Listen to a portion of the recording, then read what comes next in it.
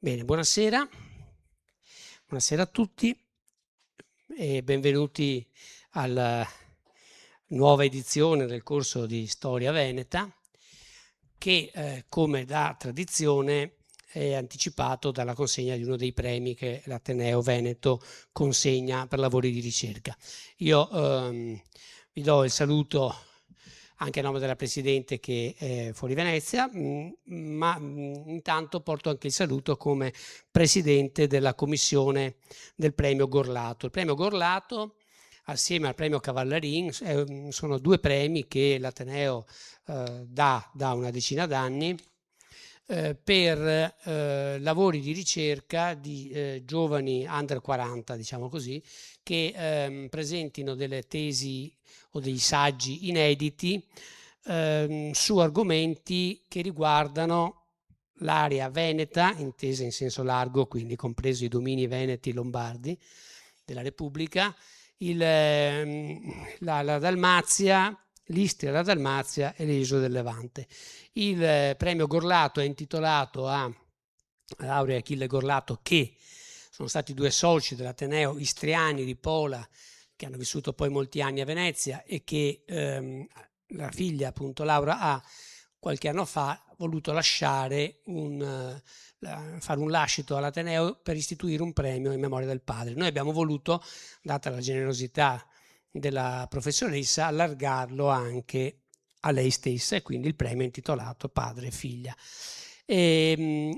Veneto e Istria, mentre invece il Cavallarin, che è più recente, è dedicato a lavori di ricerca diciamo più Istria, ma soprattutto Dalmazia e Levante veneziano. Quest'anno non sempre gli anni sono ricchi, è un po' come il vino. Ci sono anni che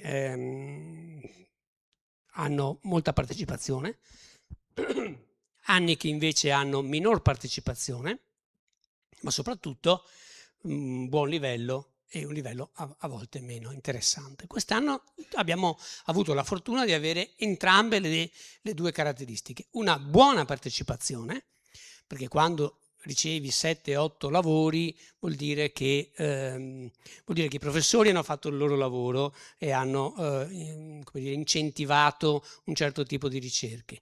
Hanno dato eco al premio, perché molte volte in questi premi non sempre vengono resi noti, non sempre arrivano ai destinatari e soprattutto abbiamo avuto un eco e degli esiti molto positivi. Tanto che la commissione, che oltre a me presidente è composta dai colleghi Dorit Reines, Alfredo Viggiano, Filippo Bania Paladini e Camillo Tonini, e ha nella riunione dello scorso gennaio deciso, del 4 febbraio, ha deciso di assegnare un premio e una menzione speciale, come riportato nel verbale steso dalla dottoressa Menetto, che è la segretaria del premio. Allora, la Commissione ha decretato con voto unanime l'assegnazione di una menzione d'onore a Maria Chiara Tiboni, che è all'estero per studia a Oxford, e tra l'altro in questo periodo non sta neanche tanto bene, quindi ha dovuto declinare anche la eventuale connessione via web che avevamo pensato.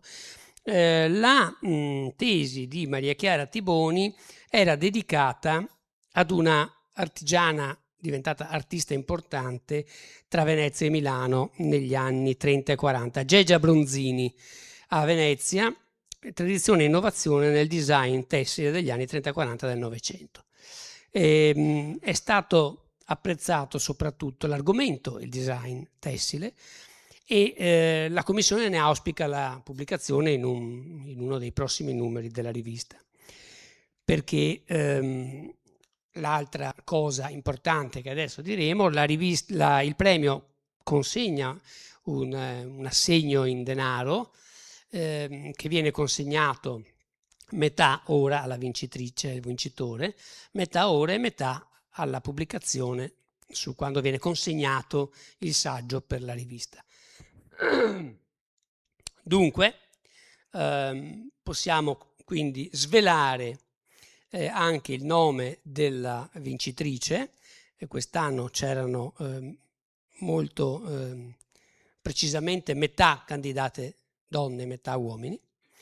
E la commissione, anche qui con un voto unanime, anche questo sottolineo che pur nella bontà degli elaborati non è facile che la commissione, perché i professori sono tutti un po' fastidiosi, ognuno ha le sue idee, la sua linea di lettura.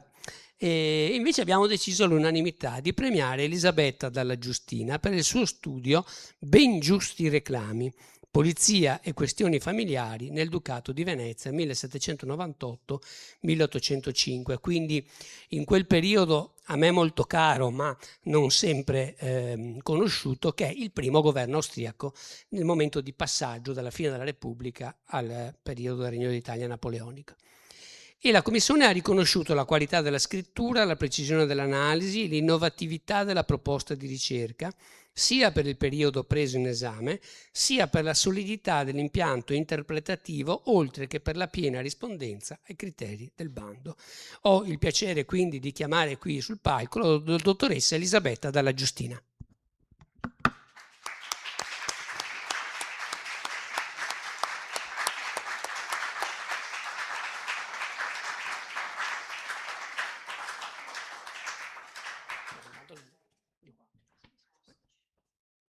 Questo è l'assegno, non vado in banca con questo, e il diploma.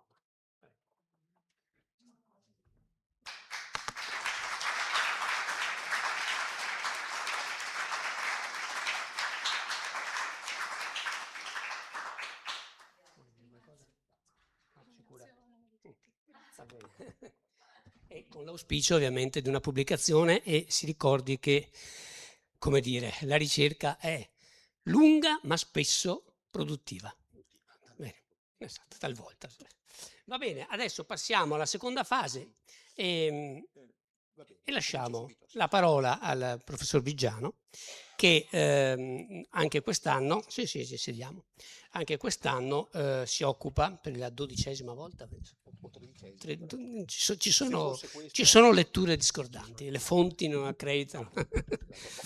Poco memorate. Esatto, diciamo che il corso di storia veneta, che come voi sapete è un corso che si tiene, ha avuto una parentesi durante il 48-49 e poi si tiene praticamente dal tempo dell'Unità d'Italia in poi, no? E si sono succeduti insigni studiosi.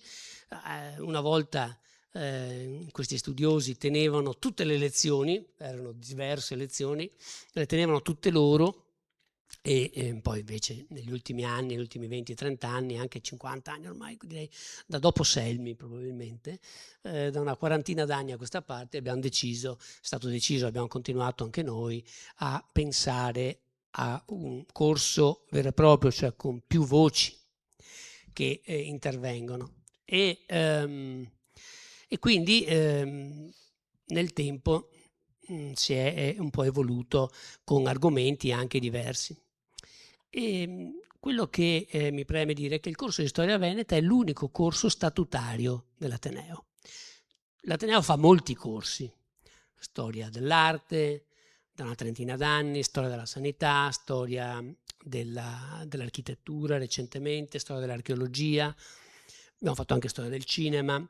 Insomma, di corsi se ne fanno molti, ma ce n'è uno solo che è previsto dallo statuto sin dall'800, proprio per testimoniare il legame che ha questa istituzione con la storia veneta. Attenzione, non una storia che finisca con un inno di lode, viva le glorie del nostro Leon, ma una storia che guardi in modo anche critico verso altri periodi della storia di Venezia, perché se non altro in questi ultimi 30 anni, personalmente, ma non solo, anche il professor Viggiano è d'accordo con me, abbiamo sempre cercato di sfatare che la storia di Venezia finisce con il 1797, e anche il premio che abbiamo dato oggi alla dottoressa Dalla Giustina conferma esattamente che la storia continua, e la storia continua e ha avuto altri momenti molto importanti.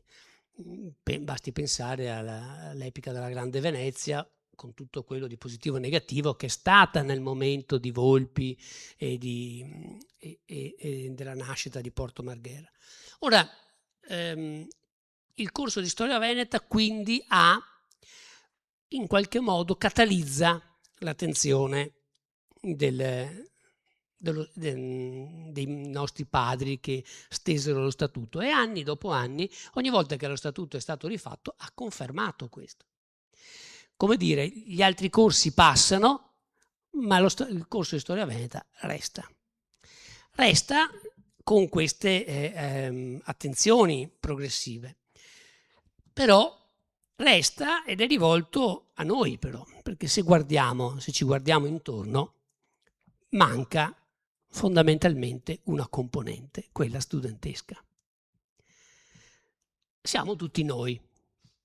Perché i professori, i colleghi delle scuole superiori, dei licei non mandano più i loro allievi ad ascoltare queste lezioni?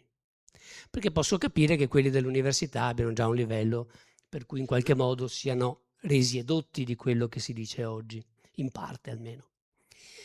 Ma siccome alcune settimane fa mi sono, veramente già qualche anno fa, ma qualche settimana fa ho dovuto riprendere in mano una busta d'archivio del nostro archivio dell'Ateneo Veneto, e sono andato a vedere le 3 buste che compongono il fondo corso di storia. E negli anni 40, quando c'era un certo professor Bacchion che faceva il corso, gli studenti del Marco Polo, del Foscarini e di altre scuole veneziane partecipavano, facevano una relazione che è stata affidata agli atti ed è stata depositata qui. Ebbene, nel 43, nel gennaio del 43, quindi anno di guerra,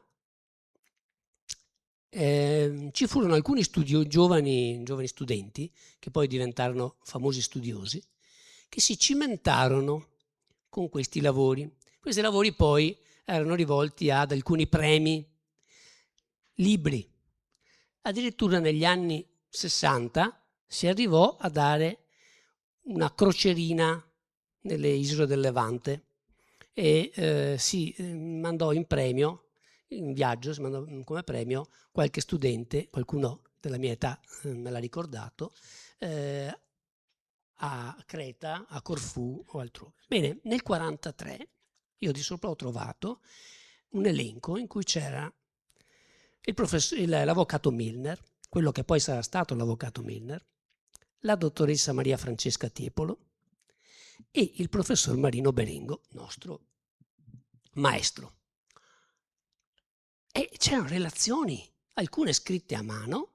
Berengo, che già, come dire, stava aprendosi verso una produzione scientifica e bibliografica enorme, è l'unico che la scrive nel 1943 completamente a macchina, un fascicolo di queste dimensioni, mentre gli altri scrivevano 7-8 pagine, per capire anche l'impegno con cui quei giovani studenti liceali di allora mettevano per seguire le lezioni e per approfondire. Certo, erano tesi compilative, ma avevano 16 anni. Erano in prima liceo classico, quindi 16 anni, terzo anno di liceo. Ecco, su questo, lo dico come past president, ma è un discorso che riguarda tutti noi, dovremo interrogarci, perché nel far venir meno l'interesse delle giovani generazioni verso la storia, noi apriamo il fianco a tante cose, ad esempio a quello che accade oggi in qualche paese del mondo, perché la non conoscenza della storia, la storia non è magistra vitae, perché sennò saremo tutti nell'Eden, staremo tutti contenti e felici e non succederebbe quello che succede in Iran o altrove. Ma almeno qualche esempio dovrebbe darcelo. E se oggi non battiamo sulla conoscenza della storia, finiamo nell'oscurità. Perché è vero che il sonno della ragione genera mostri, ma anche l'assenza della coscienza storica ne genera di più. Scusate se io ho fatto un discorso un po' pessimista, ma come dire, quando sono contento della 70-80 persone che sono presenti qui questa sera, ma magari se ce ne fossero almeno 20 under 20 saremmo tutti più contenti. Grazie e buon lavoro.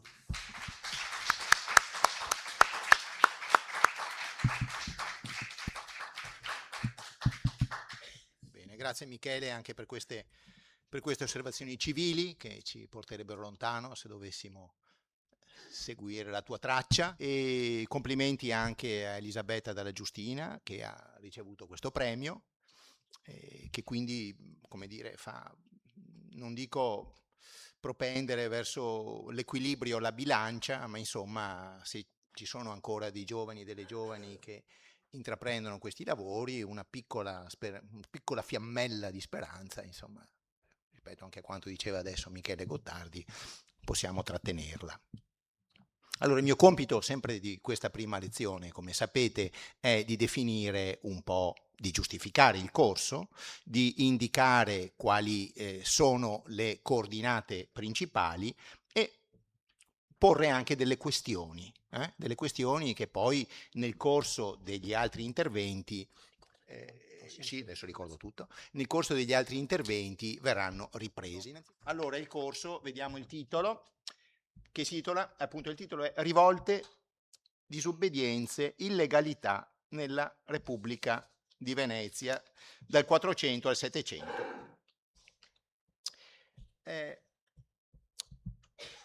Il quadro, se adesso pian pianino lo vediamo, intanto comincio a raccontarvelo, così poi lo vedete, ecco, meglio. È un quadro di un noto pittore non veneziano, ma un notissimo pittore del Settecento italiano che si chiamava Magnasco, Antonio Magnasco. E cosa rappresenta questo quadro molto scuro, probabilmente anche un po' sporco da ripulire, ma l'oscurità non è dovuta solo a questo, ma da una scelta stilistica? Cosa rappresenta questo quadro? Che adesso pian pianino, spero così, sì, questa epifania si manifesterà. È un quadro che si intitola, sentite un po', Il furto sacrilego.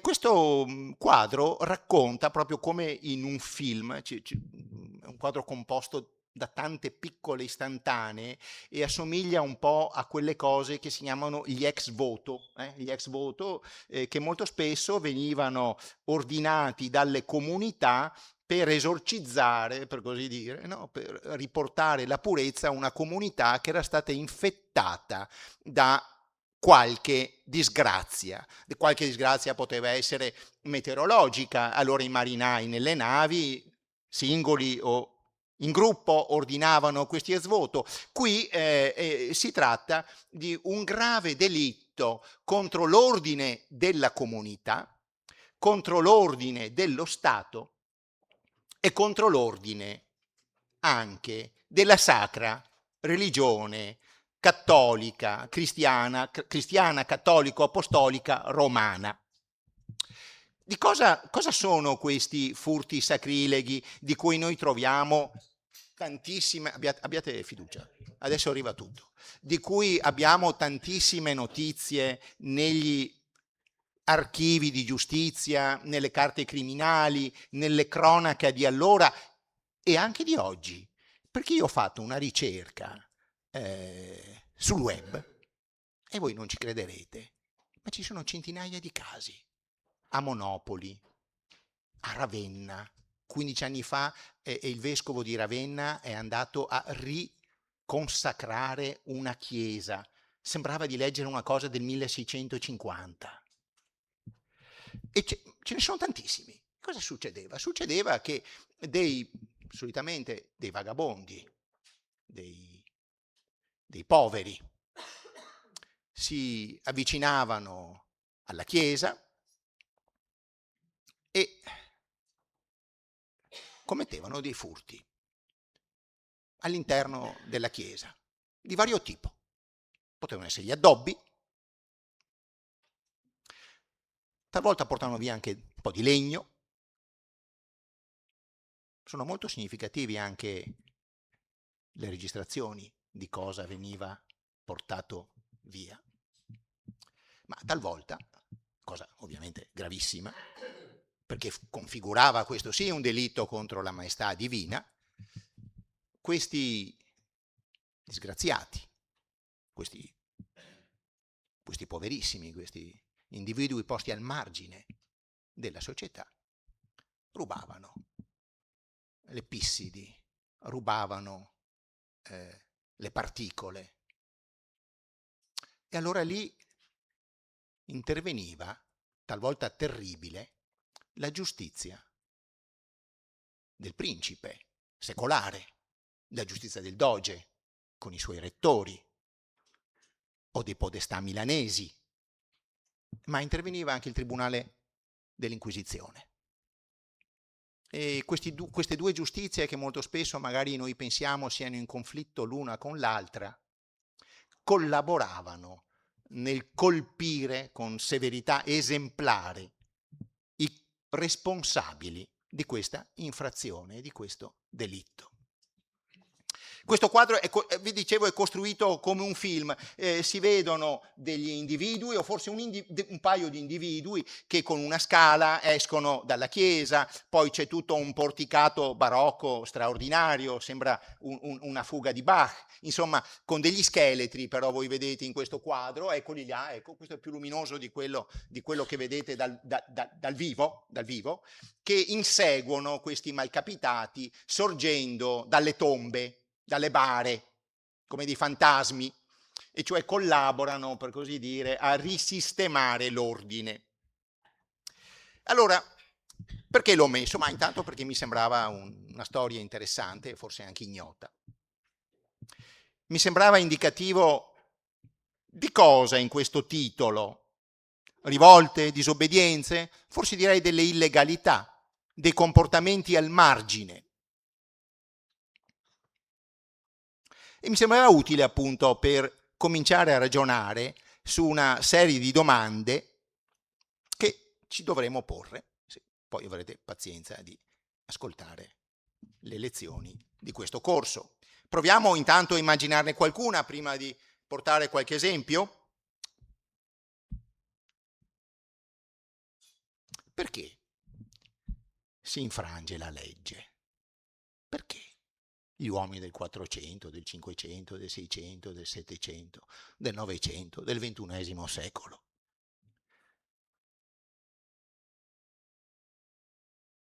vengono meno ad un ordine dato e compiono dei gesti o recitano delle parole ritenute magari pericolose o incendiarie che vanno contro le leggi.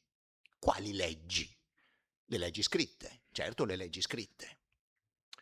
Le leggi scritte naturalmente, ma anche le leggi non scritte. Quelle che tengono insieme una comunità non necessariamente sono scritte, non necessariamente c'è una norma di un sovrano che dice dovete comportarvi così, ma ci sono delle regole interne che tengono una società, quello che noi chiamiamo la morale, no?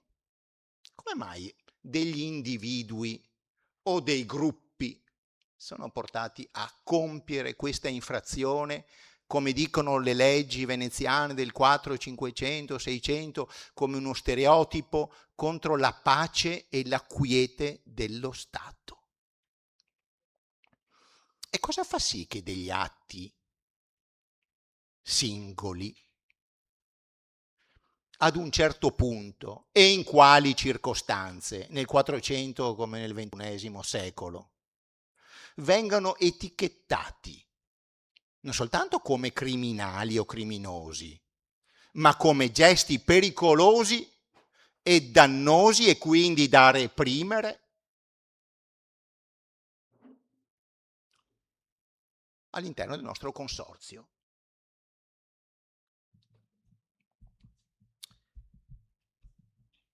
Che rapporto c'è?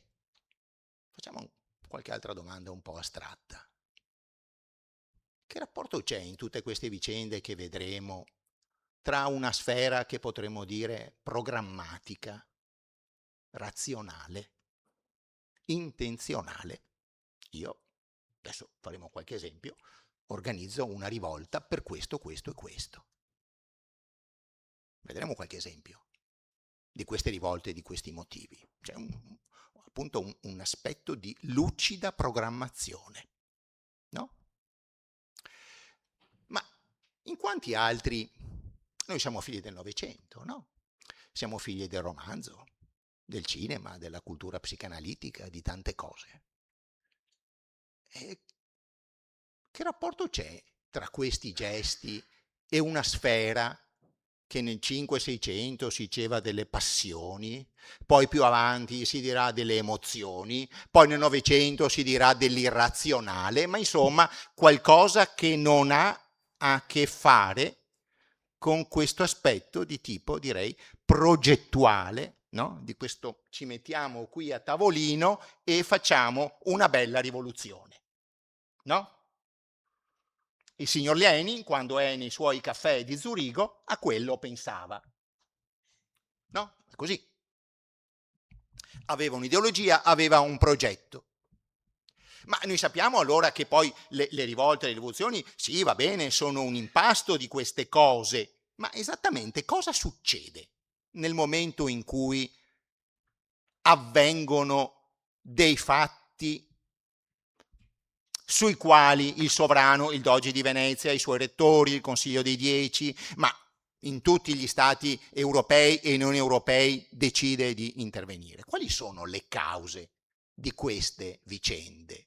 E noi siamo storici e anche se è vero che in modo malaugurato, forse questo è uno dei motivi anche della crisi del sapere storico di cui parlava Michele Gottardi, è vero che talvolta gli storici oggi sono molto interessati alle emozioni, a questa sfera, diciamo così, di fuochi d'artificio, insomma, no? E si dimenticano di analizzare invece quali possono essere, Machiavelli diceva le barbe, no? Le barbe, diceva Machiavelli, le vere radici su cui affondano le cose che le producono. Allora questo secondo interrogativo, no? Qual è la razionalità, la ragione?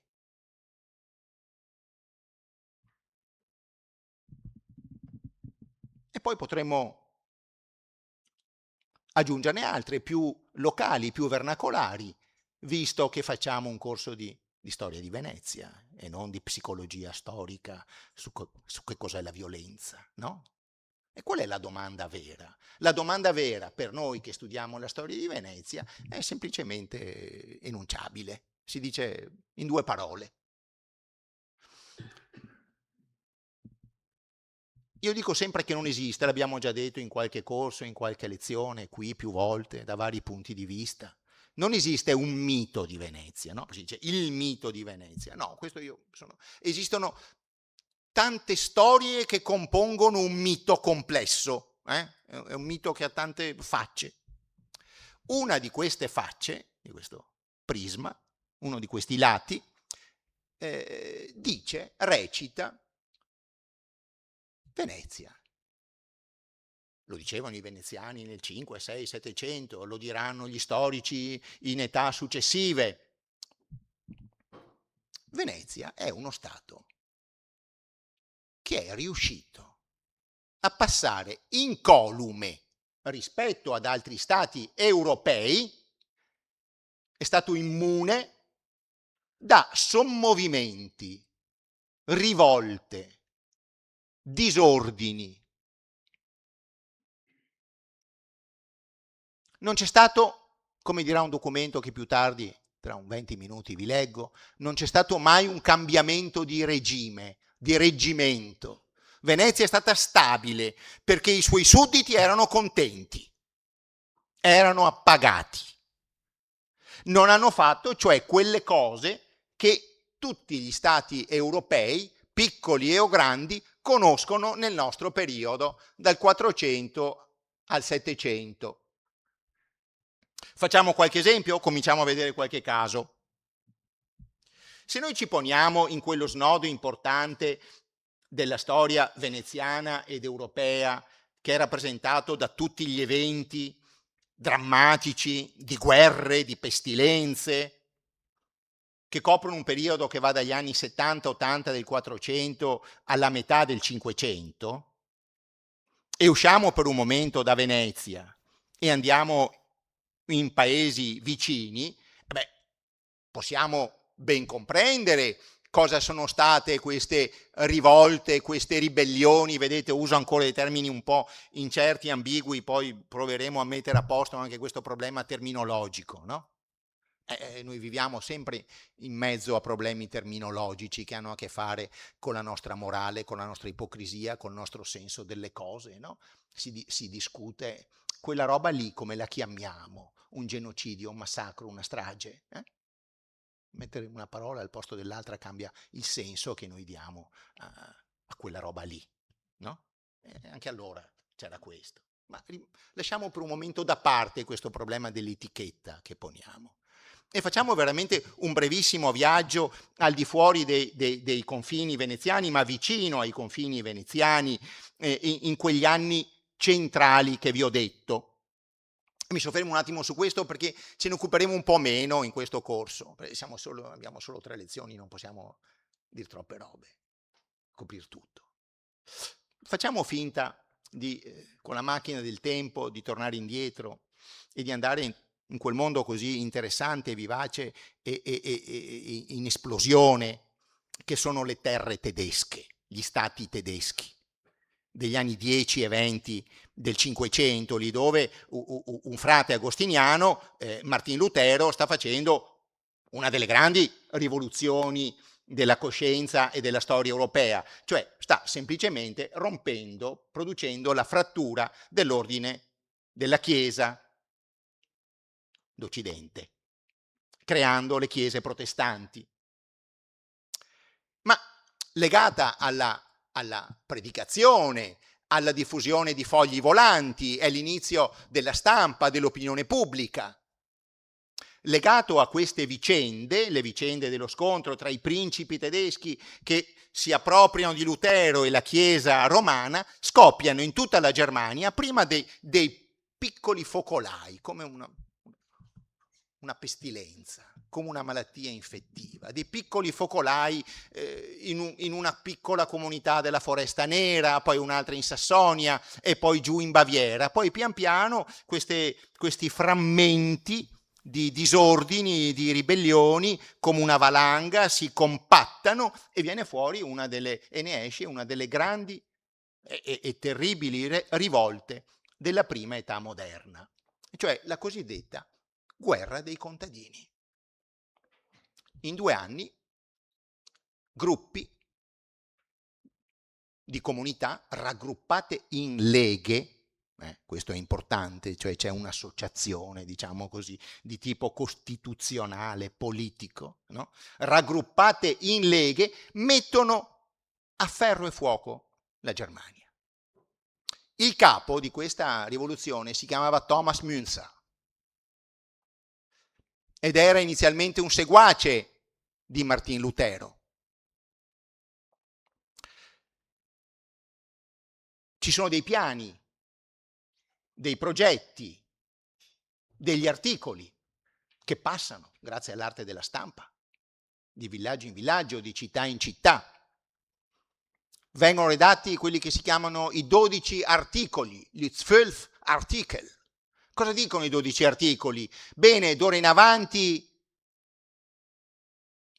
i parroci vengono eletti dalla comunità, i signori non hanno più diritto ad avere le decime feudali, ma soprattutto dicono una cosa: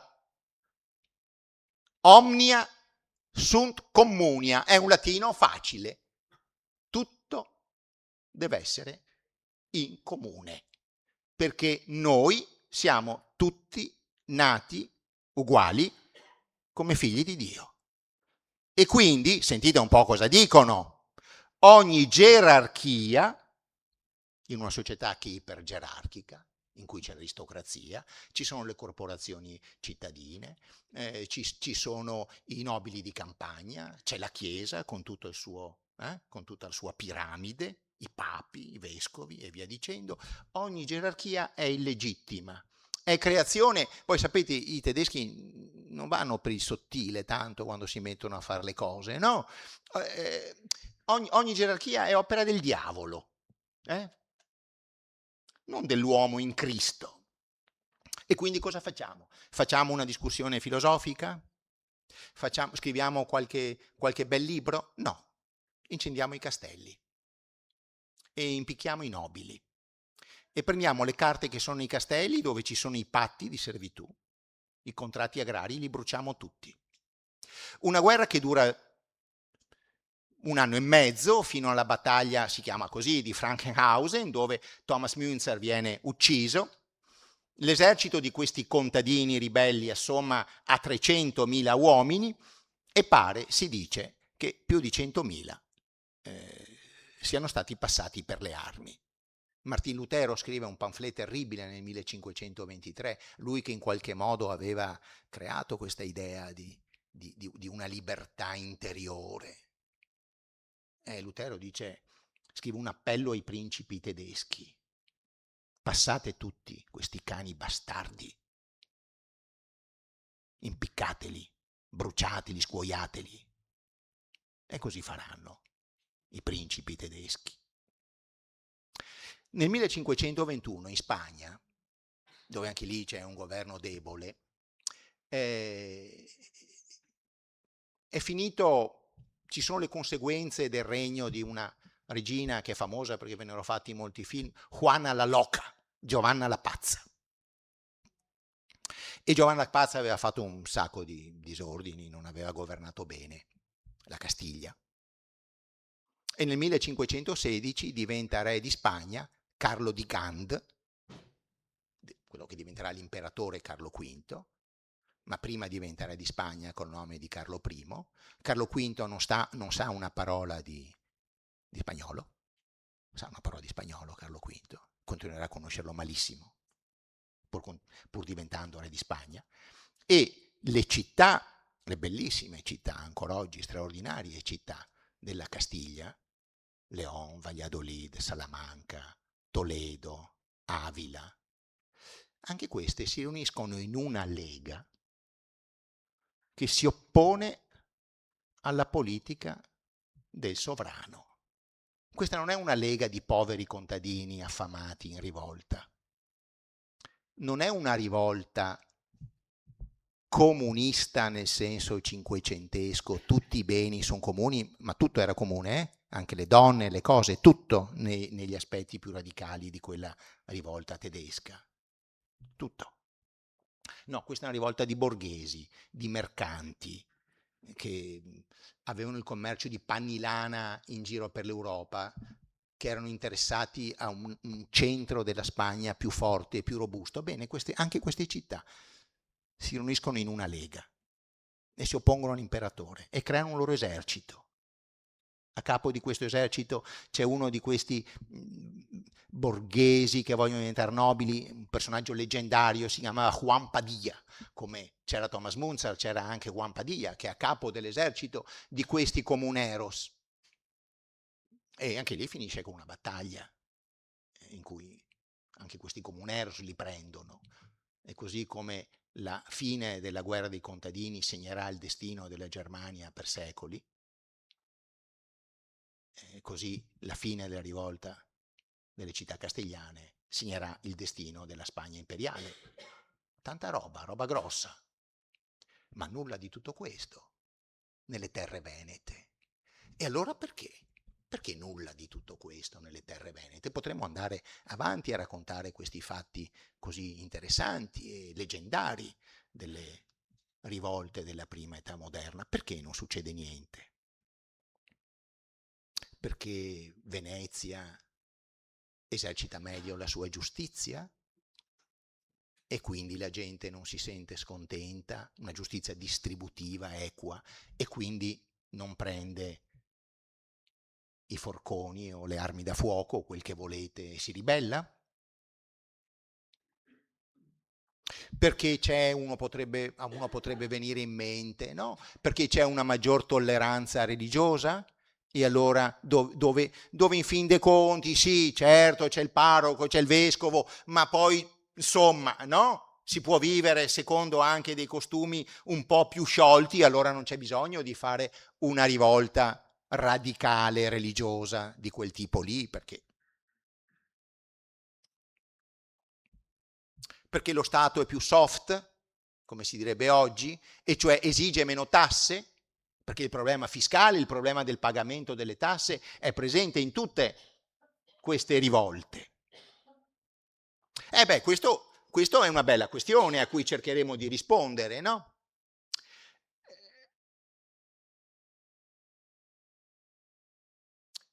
Ma ce n'è una che in qualche modo le contiene tutte queste questioni. C'è una questione che voglio porre con chiarezza.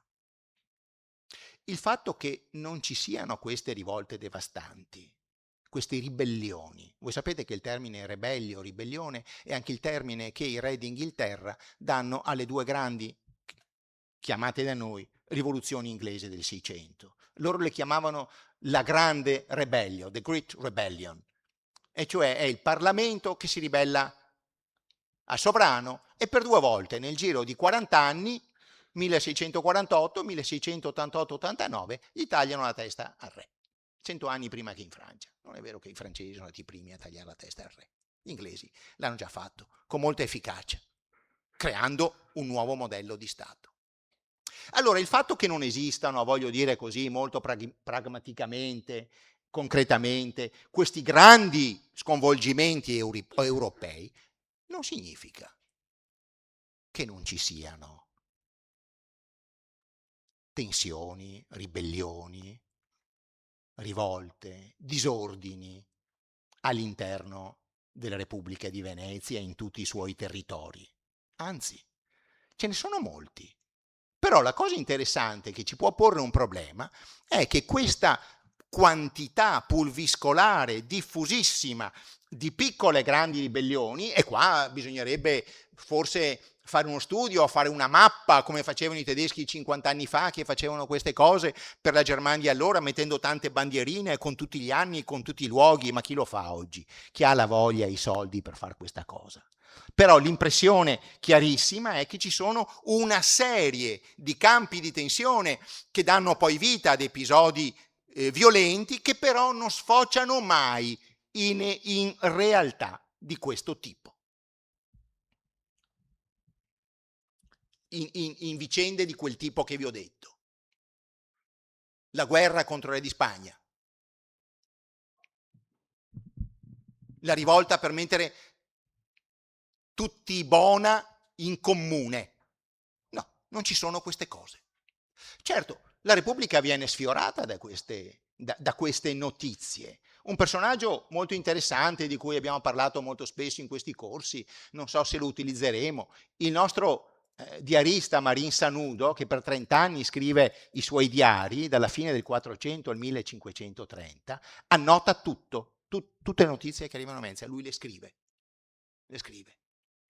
E lì abbiamo notizia dell'attenzione di un nobile veneziano, e quindi in realtà almeno del ceto politico veneziano, ma poi queste notizie venivano diffuse coi fogli volanti nelle piazze, nei caffè, no? Ecco. Sanudo nota, dice, c'è un monaco che ha fisso delle tesi in un castello tedesco, pare che il Papa si sia arrabbiato. E poi continua a seguirlo e segue soprattutto con preoccupazione la vicenda della guerra contadina, per un motivo molto concreto. Perché uno dei capi di questa guerra contadina si chiamava Michael Geismar. Comincia a fare proseliti nel sud della Germania, in Baviera, e poi dalla Baviera entra in Austria e dalla Bassa Austria entra in Pusteria, e la predicazione di Geismar arriva a Bressanone e poi da Bressanone comincia a spostarsi all'interno dello Stato Veneto. Dalla Pusteria via Comelico entra in Friuli e dall'altra parte via Trento entra verso Verona, e allora questo sta diventando molto pericoloso, perché c'è il rischio anche che qualche contadino della nostra tranquilla terraferma veneta non non prenda qualche idea pericolosa e crei anche lui una sua lega. E allora Sanudo annota queste cose qua. Eppure questo focolaio che c'è lì ai confini non prende piede, non entra. Anche qui, virtù della Repubblica di Venezia, capacità poliziesca, repressiva, ma dicevo, ci sono tutti questi focolai, tutte queste storie. Dobbiamo cercare un po' di metterli insieme e di raccontare alcuni casi, alcuni tipi di queste storie, di queste vicende.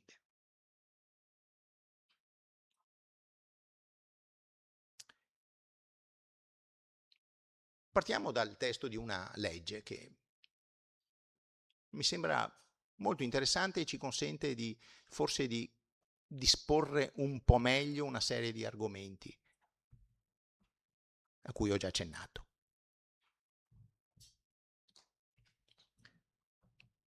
Siamo nel 1468. Venezia ha irrobustito nel corso di tutto il 400 il suo stato territoriale. Ha aggregato nel corso del tempo, a partire dal 1404-5, con vicende varie,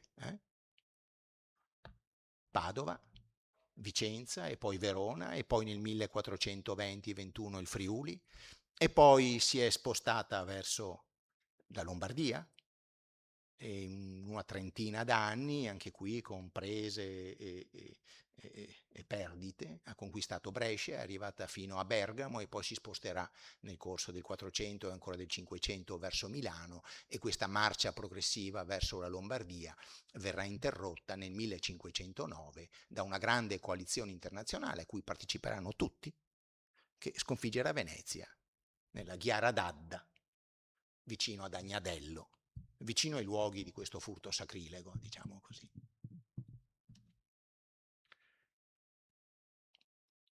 Nel 1468 questo compattamento territoriale assume dei caratteri di una certa stabilità.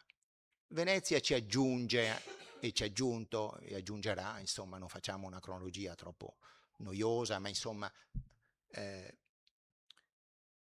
Rovigo e il Polesine, arriverà a Ravenna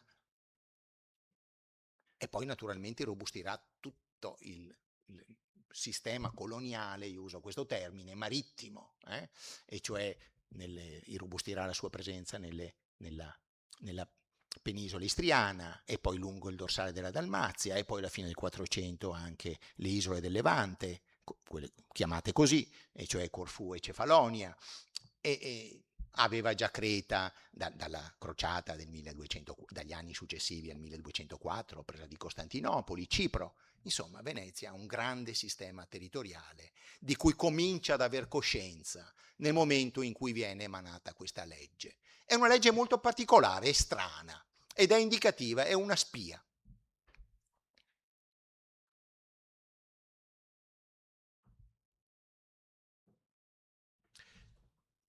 Le leggi sono fatte in questo modo. Hanno un proemio ufficiale, un po' roboante, una intenzione, un proclama. E poi seguono, per così dire, i dispositivi.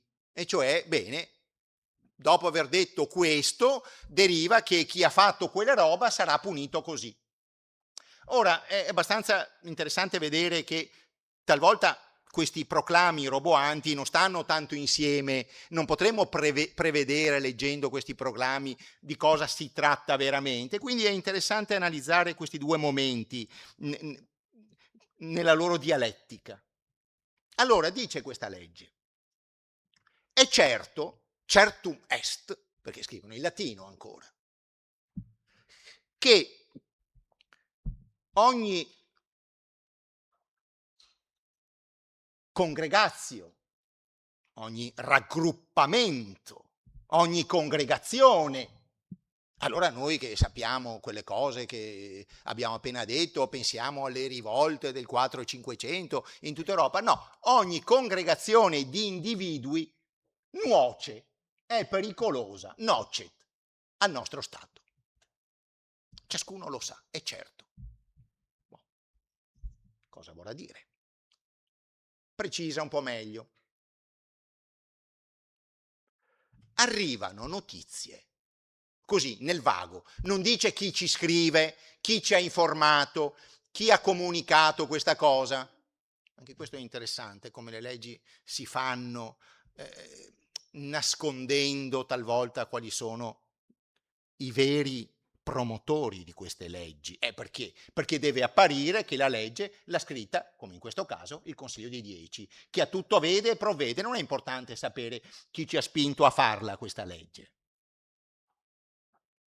Arrivano da ogni angolo del dominio.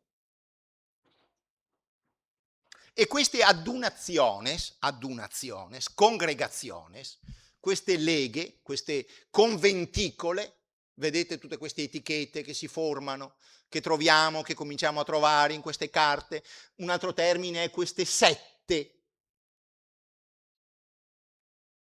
Queste congregazioni altre volte vengono chiamate trattati. Ecco, vedete? Un piccolo vocabolario delle piccole etichette che si stanno formando, no? Il vocabolario del potere. Allora, queste congregazioni arrivano da ogni angolo del dominio, dicevo, e non ci dice, noi che saremo curiosi o che siamo pignoli per mestiere, non ci dice da dove, dal dominio terrestre, dal dominio marittimo, da Padova, da Treviso, da Vicenza, da Zara.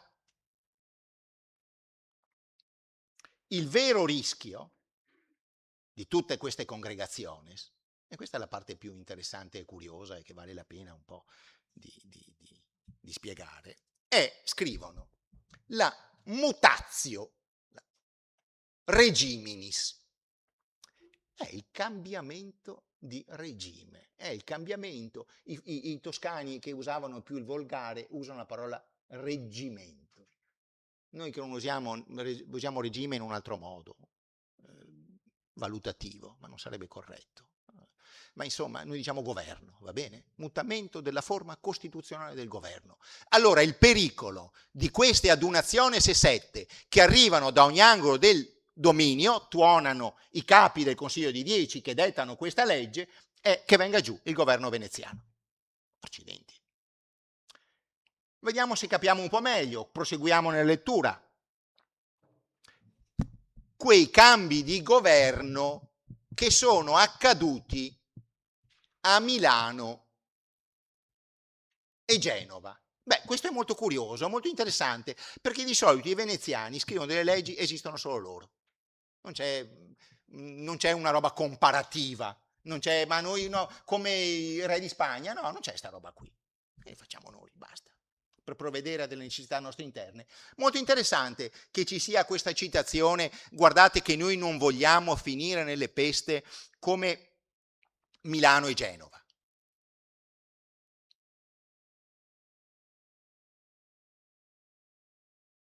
A Genova cosa c'è negli anni precedenti? A Genova c'è una lotta tra due grandi. Uno dice, beh, no, adesso voglio capire. Voglio provare a vedere cosa hanno in testa quando scrivono questa cosa, su questo pericolo terribile, su questa emergenza terribile per la sicurezza dello Stato, cosa sanno, cosa hanno in testa questi qua. Che scrivono così. Sappiamo, a Genova c'è uno scontro tra due grandi clan e più tanti altri piccoli clan, una lotta tra case, si diceva. Tra case mercantili, sembra Venezia, anche a Genova c'è un doge come a Venezia, anche a Genova c'è una repubblica, insomma, c'è da pensare, no? A queste analogie. Qui ci sono due grandi clan, gli Adorno e i Fregoso, che si scannano. Punto. Milano? A Milano c'è stato appena un episodio, alla fine proprio degli anni 50, inizio degli anni 60, tra 1457 e 1463, e cioè è stata instaurata per brevissimo tempo, ha funzionato male, una Respubblica Mediolani, una Repubblica di Milano, e cioè è venuto meno il regime principesco, l'alternanza Sforza-Visconti, eccetera, eccetera, ed è stata instaurata una repubblica, ma la repubblica è venuta meno, c'è stato spargimento di sangue, ci sono state rivolte. Potremmo dire, dice, ed altri luoghi, allora noi ci verrebbe in mente forse Firenze, e qui ne avremo una bizzeffe di esempi prossimi. Poi se dovessimo andare nella storia indietro, quanti altri? Ma ve ne dico soltanto cosa potevano avere in mente leggendo le cronache, sentendo gli ambasciatori, leggendo le notizie, leggendo i libri di storia contemporanea, attuale, che circolavano allora. Cosa potrebbero avere in mente? Beh, potrebbero aver pensato, questi capi del Consiglio dei 10, alla congiura che un signore si chiamava Luca di Bonaccorso Pitti, la congiura che Luca di Bonaccorso Pitti aveva intessuto nei confronti di Cosimo il Vecchio, del Pater Patrie. Pitti, voi sapete, basta che ricordiate, rammentiate che cos'è Palazzo Pitti, una reggia gigantesca, non la casa di una famiglia, non Ca' Foscari, 10 Ca' Foscari. Ecco, allora uno direbbe, bene, allora, tirando un po' le fila dell'arrière-pensée di quello che hanno in testa questi nobili veneziani che dicono porca miseria, qui rischia la mutatio regiminis e rischiamo di fare la fine di Firenze, Genova e Milano, uno potrebbe dire, hanno un problema interno, hanno un problema, cioè che anche a Venezia mina l'ordine della Repubblica la stessa nobiltà al governo, le famiglie della stessa nobiltà al governo, così come a Genova, così come a Milano e così come a Firenze. Un'ipotesi improbabile, ma per niente improbabile. Non erano ancora esaurite le scorie del caso Foscari, della storia del doge Foscari di suo figlio, delle trame, del film giallo che viene ricostruito dagli storici, una crisi storica del ducato veneziano, cui aveva provveduto lo stesso Consiglio di 10. E che cos'era la vicenda Foscari? Lasciamo stare, bellissima, lo sappiamo, Byron, l'opera di Verdi, interessante, questa immagine romantica, no? Bene, ma che cos'era esattamente la storia del doge Foscari? Era l'ultima sequenza di una lunga lotta tra clan per il controllo del potere a Venezia. La famiglia Foscari e la famiglia dei Loredan. E naturalmente anche tutte altre famiglie che, come succedeva a Genova, che accanto a queste due grandi famiglie si aggregavano. Allora la mutatio regiminis, qui sì che c'è un'emergenza, perché qua significa che tutto il nostro piano, il nostro progetto, con le nostre leggi, le elezioni, la quarantia, le ballotte, il Maggior Consiglio, il Consiglio di 10, il Senato, tutta questa architettura che abbiamo spiegato in un corso di 2 o 3 anni fa, è una pellicola, è una scorza, ma dietro questa scorza c'è la lotta per il potere di queste famiglie. Così noi penseremmo, usando un po' di fantasia storica e un po' di conoscenza. Ma invece è vero niente, non è proprio così. Questo terrore per la mutatio regiminis, con una specie di colpo a sorpresa, non riguarda i grandi clan che controllano la ricchezza e il potere a Venezia, ma riguarda tutt'altro. E comincia a raccontare da cosa deriva questa mutatio regiminis. Sentite un po', e poi facciamo qualche riflessione qua, andiamo verso la conclusione. Un tale Niccolò Miani, che fa il rettore e il governatore, nobile veneziano, eletto dal Maggior Consiglio, fa il rettore a Castelfranco. E c'è scritto delle lettere a noi, capi del Consiglio dei 10. Cosa dice in queste lettere? Qua c'è un problema. Noi 300.000, state ben attenti, noi 300.000 contadini tedeschi, le 13 città castigliane, 400 villici, 400 contadini si sono aggregati. E cosa dicono questi contadini? Tutta la terra in comune, abbasso il doge, comunismo medievale, biblico, Münzer e Geismar che citano i testi di Isaia, citano la Bibbia, tutta sta roba qua. No, questi 400 contadini affamati hanno assalito 100 carri di biade, di frumenti, li hanno sottratti, hanno fatto incetta, non li hanno portati in città dove poi questi frumenti venivano accatastati in magazzini e venivano distribuiti. No, hanno fatto una sorta di operazione di giustizia popolare. La distribuzione delle biade la facciamo noi. Albona, guarda, un'altra storia di Albona, una minuscola microcittà dell'Istria. Cosa è successo a Albona che mette in pericolo la mutazione di regime, che mette in pericolo il regime? Cosa è successo a Albona?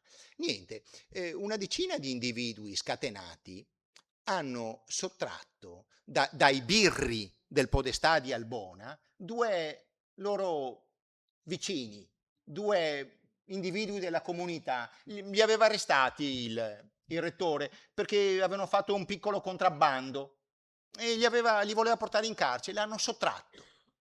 E il caporione, il caput, si dice così, di questa rivolta gridò prima di fuggire, diciamo così, dopo aver liberato questi suoi compagni, traduco dal latino, ma anche il latino è un po' grossolano, un po' maccheronico, ma molto interessante, dice: voglio stare con popolo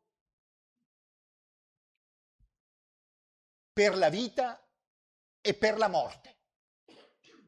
Interessante.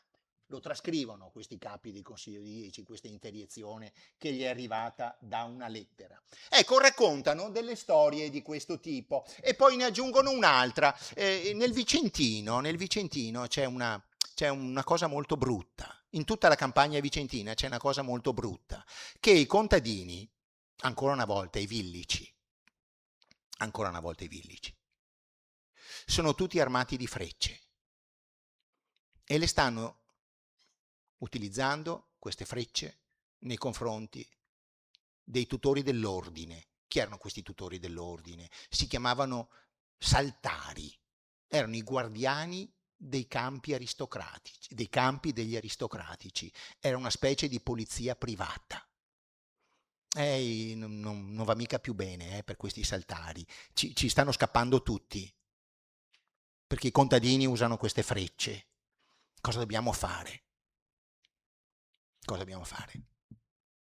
Vedete, non è una rivolta, sono delle microtensioni che vengono immediatamente però identificate con un procedimento interessante come emergenziali, e cioè meritevoli di leggi severe. Le leggi, ho detto, sono fatte così, hanno un proemio, un'introduzione. Alcune introduzioni sono anche più interessanti di questa qua, ma insomma, di quella che vi ho appena letto. Hanno una parte centrale di motivazione, in questo caso molto interessante, perché sembra indicarci una via, poi invece viene raccontata un'altra storia, e alla fine c'è una terza, diciamo così, sezione, che è destinata a dire: bene, adesso questi sono i provvedimenti. Adesso questo, la parte, diciamo così, operativa. Cosa si dice? Allora, diciamo così, d'ora in avanti, se si uniscono, pensate un po' di dirgli queste robe in Germania, in Spagna, sentite un po', se si uniscono più di 4 persone, quella è una setta e una conventicola, quella è una banda armata, va bene, diremo noi uomini del Novecento. Quella è una banda armata. Più di 4, 4 va bene. 4 sono 4 compagni che discutono. 5 è una banda armata. E quindi la banda armata va repressa. Come va repressa? I nostri rettori hanno un potere, diciamo così, discrezionale totale, il che vuol dire che non sono più legati, come avrebbero dovuto, alle leggi locali, agli statuti delle città, perché Venezia aveva concesso questo. Non devono più dire, ma di fronte a 4 che tirano le frecce, cosa dicono gli statuti di Vicenza? E se sono 6, non importa, gli statuti di Vicenza, mettili da parte. Non mi interessano gli studi di Vicenza. D'ora in avanti tu li puoi mandare in esilio, da tutto lo Stato. Uno tira una freccia e lo mando in esilio, sì, da tutto lo Stato. E i rettori hanno piena discrezionalità. E state bene attenti, perché adesso stiamo diventando anche noi uno Stato un po' più efficiente, più forte, mica che domani arriva il Duca di Milano, tornano i Carraresi, noi torniamo a fare i mercanti. No, adesso bisogna un po' che ci organizziamo un po' meglio. Siamo nel 1468, non nel 1428. Siamo nel 1468 e allora cosa facciamo? D'ora in avanti i rettori, nel giorno che loro vorranno, manderanno un banditore sulla piazza pubblica della città a leggere questa nostra disposizione. Ma le città? C'è un altro non detto che adesso vi dirò. Ma abbiamo parlato di contadini, abbiamo parlato di piccole comunità. No, allora, nelle piccole comunità, nei vicariati e nei villaggi, i rettori dovranno inviare. Non possiamo pensare che il rettore di Vicenza vada ad Asiago, ma neanche a Bassano, perché anche se glielo dicono non lo fa. Allora cosa facciamo? Dovrà inviare degli officiales, dei dipendenti, che vadano in tutte le piccole comunità, in tutti i villaggi, in tutte le leghe, e questo qui leggerà questa parte in modo a tutti. Di questa parte parte vuol dire legge, parte, legge. Di questa parte devono essere informati tutti i sudditi. Nessuna, perché così non potranno, dice la legge, avanzare alcuna excusationes. Non potranno, cioè dire, ma io non sapevo mica, noi eravamo in 5, siamo andati a bere un fiasco di vino e poi abbiamo menato le mani. No, basta, tu lo sapevi. Allora cosa vuol dire? Che questa legge rafforza dei poteri dei rappresentanti in terraferma, dandogli mano libera, dando loro una piena discrezionalità, e insieme accentua un qualcosa che chi ha studiato la storia della criminalità del Novecento, insomma, c'era una scuola, si chiamava la scuola di Chicago, dicevano c'è sempre una sorta di etichettatura, si mette un'etichetta, e questa etichetta, come è stato fatto qui, no? 5 è una banda armata. Questa etichettatura serve a stigmatizzare, a isolare un gruppo di individui, un tratto della società. E qual è il tratto della società che qui conosce questa etichettatura? E qui potremo parlare a lungo, ma ci tornerò nel corso della mia lezione, tra 15 giorni, tra 20 giorni. Sono i villani, sono i villici, protagonisti di quelle rivolte di cui abbiamo trattato, perché anche in Castiglia c'erano i contadini ricchi che avevano i filatoi di seta e di lana, che fanno la rivolta dei comuneros. Qui invece l'emergenza non sono i Loredan, non sono i Foscari, sono i villici che minacciano la proprietà. Ed è molto interessante vedere anche in altre carte, in altri documenti, come avvenga questa sorta di distacco storico impressionante tra gli aristocratici, i nobili, i cittadini e chi vive fuori della città. Questi sono gli anni di questa legge, in cui nel Veneto, in Lombardia, in Toscana si sviluppa un genere letterario, un genere novellistico. Si chiama la satira del villano, questo genere letterario, umanistico. Il villano è descritto come un non umano. Il contadino non appartiene al consorzio della civilitas.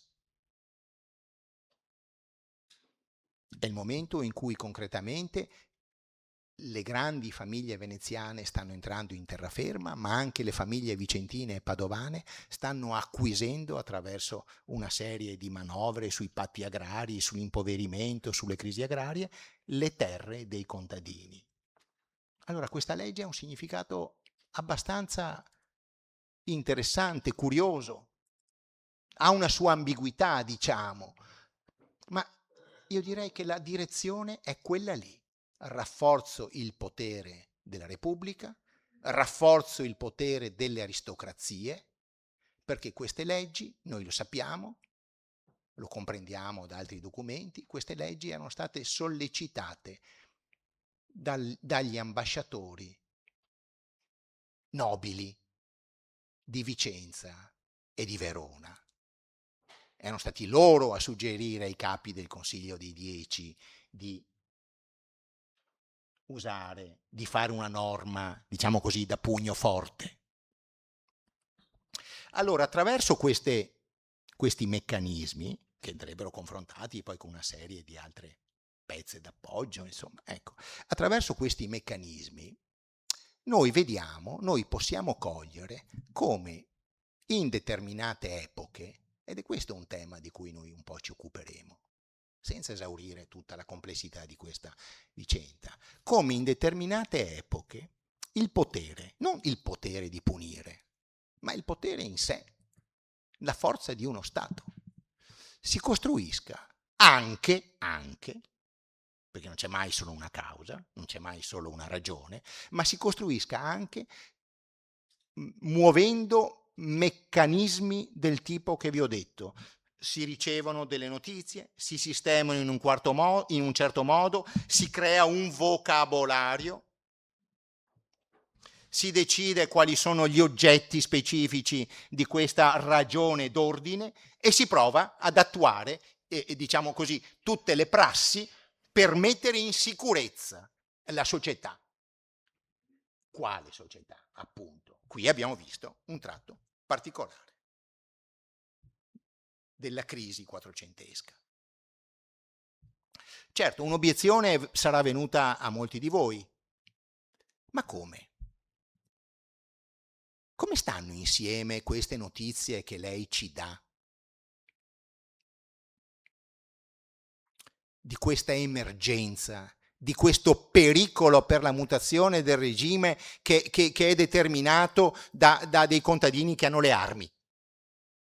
E quanto dice Machiavelli? E quanto dirà il mito di Venezia? Cosa dice Machiavelli nel 1509 a proposito di quella giornata di Agnadello? Cosa dice Machiavelli? Un po' arrabbiato anche, perché Machiavelli, voi lo sapete, ritiene che lo Stato veneziano sia uno Stato totalmente inefficiente e lui non riesce mica a capire come mai stia ancora in piedi. Non gli tornano i conti. Però dice, c'è una cosa interessante. Machiavelli era ambasciatore a Verona, stava andando dall'imperatore e assiste, per così dire, alle conseguenze della battaglia di Agnadello.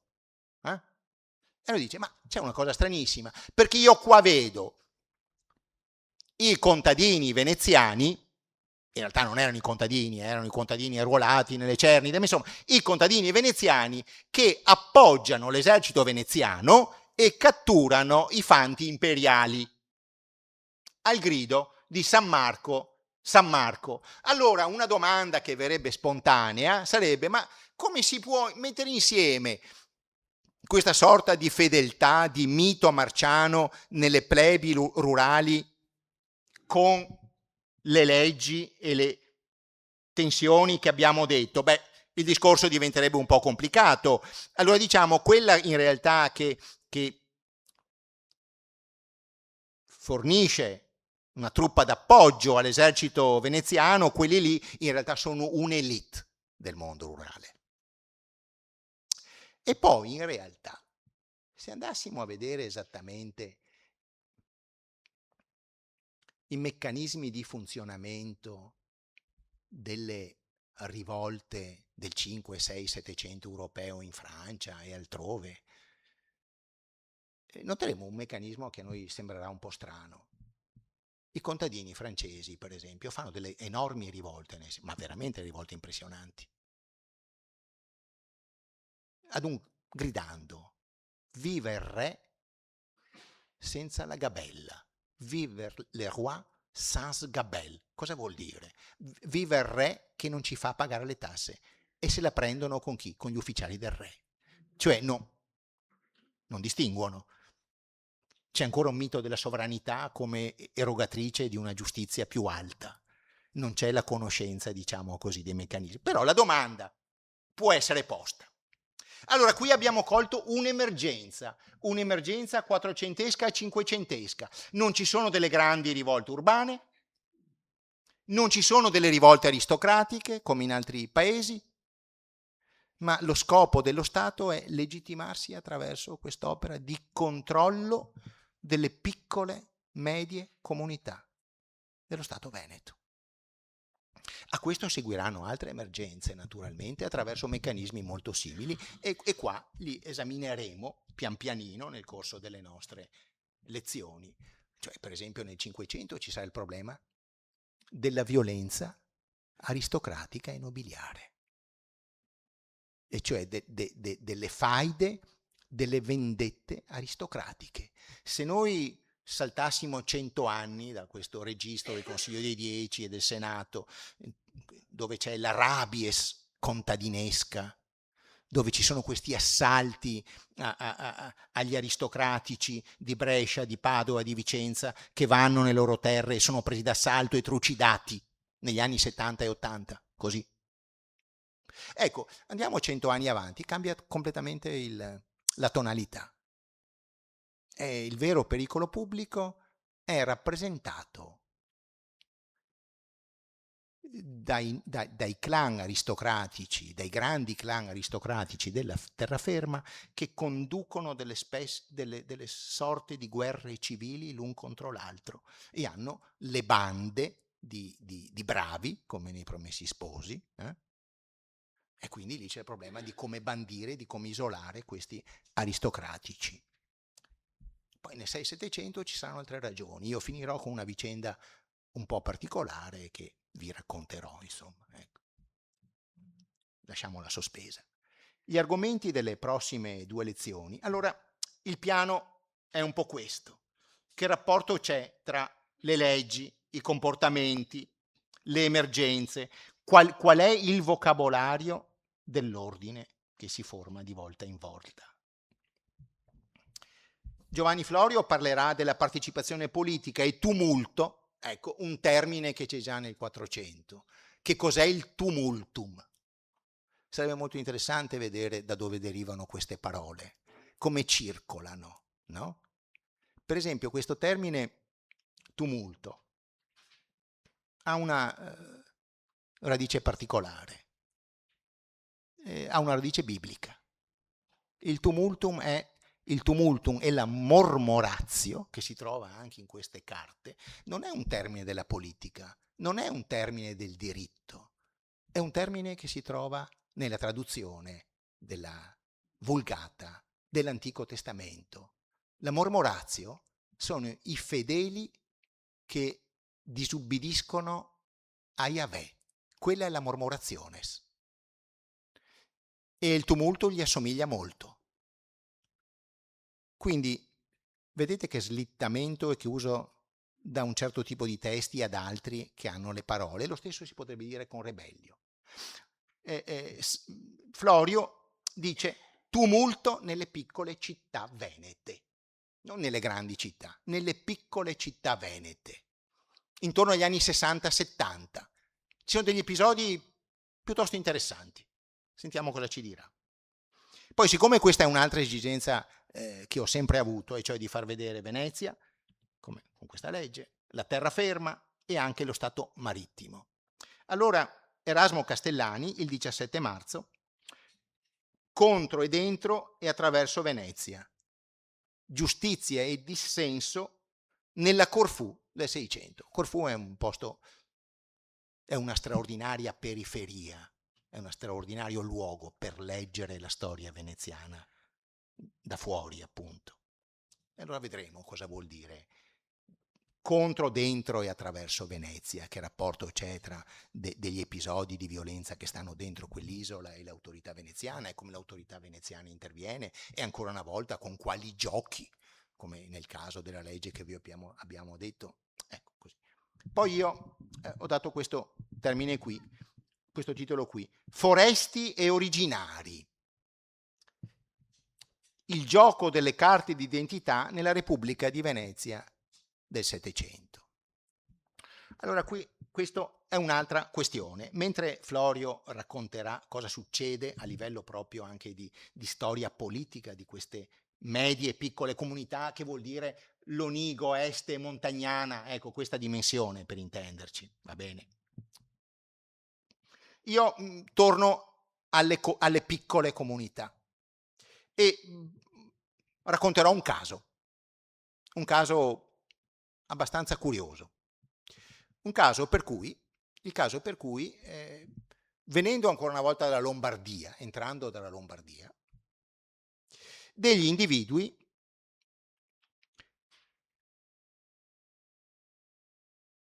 una piccola banda organizzata in realtà, ma qui non andranno in termini di tumulto, tutte quelle robe che abbiamo visto nel 400, quella è un'altra storia passata, non c'è più traccia di quella emergenza, di quel senso lì, tutta un'altra cosa.